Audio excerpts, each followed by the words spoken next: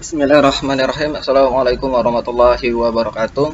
Alhamdulillahirabbil alamin wa bihi nasta'inu ala umuri dunya waddin. Asyhadu an la ilaha illallah wahdahu la syarikalah. Asyhadu anna Muhammadan abduhu wa rasuluh la nabiyya ba'da.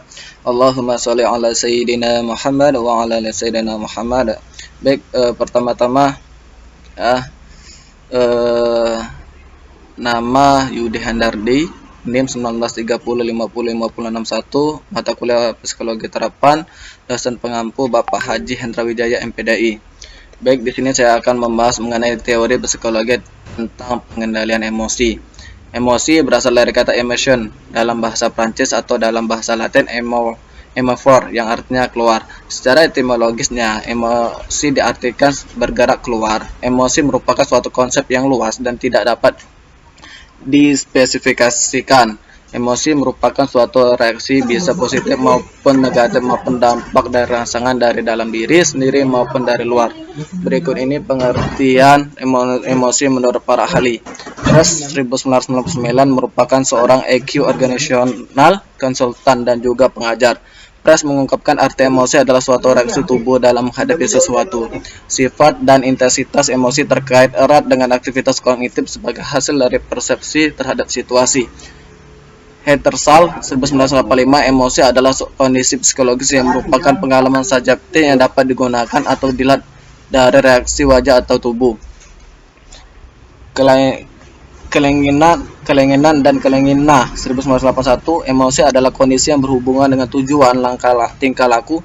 Emosi diartikan sebagai perasaan, misalnya pengalaman efektif, kenikmatan, marah, bahagia, takut, sedih.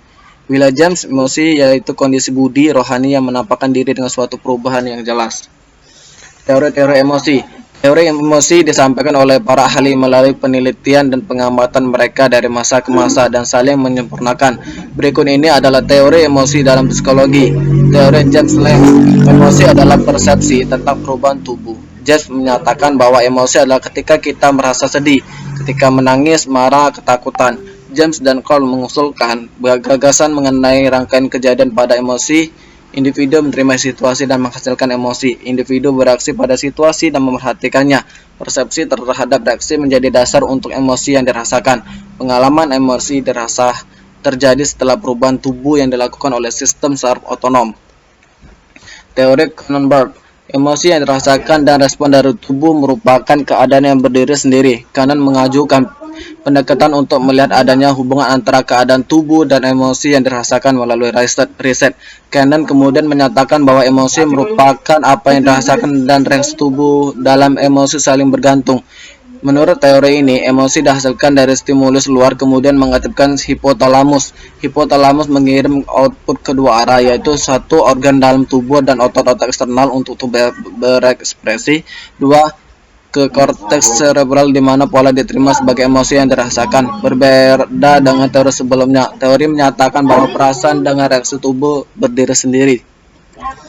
Teori emosi dan motivasi. Emosi dan motivasi berjalan beriringan atau bersamaan. Emosi ditempatkan sebagai suatu rangkaian dari emosi. Emosi merupakan bagian dari motif atau dorongan. Tomkins mengungkapkan bahwa emosi merupakan energi bagi dorongan-dorongan yang selalu muncul bersama. Menurut Leper, garis pemisahan sangat tipis yaitu sebagai ketakutan. Ketakutan merupakan emosi tetapi juga motif pendorong perilaku. Orang merasa takut dan orang melakukan perilaku yang memiliki tujuan tertentu. Teori kognitif dan tentang emosi. Teori ini memandang emosi sebagai hasil interpretasi kognitif dari rangsangan luar atau dalam tubuh. Proses interpretasi kognitif dalam teori ini dibagi menjadi dua, yaitu satu, interpretasi stimulus dari lingkungan. Informasi dari stimulus pertama kali menuju ke korteks untuk diinterpretasikan berdasarkan pengalaman masa lampau dan masa kini. Kemudian pesan tersebut disampaikan pada sistem limbik dan sistem saraf otonom yang menghasilkan respon psikologis. Contohnya, apabila seseorang yang kamu anggap buruk datang padamu, maka perasaan cemas atau takut sudah dirasakan. Namun apabila sahabat baik Anda datang ke perasaan bahagia muncul. Teori ini menekankan pada stimuli internal dalam tubuh. Namun hal ini berlanjut pada interpretasi kognitif dari stimuli, di mana lebih penting daripada stimuli internal itu sendiri. Baik, itulah hasil presentasi dari saya. Apabila ada kesalahan saya mohon maaf, kepada Allah saya mohon ampun. Saya ucapkan terima kasih. Akhirul kalam, wassalamualaikum warahmatullahi wabarakatuh.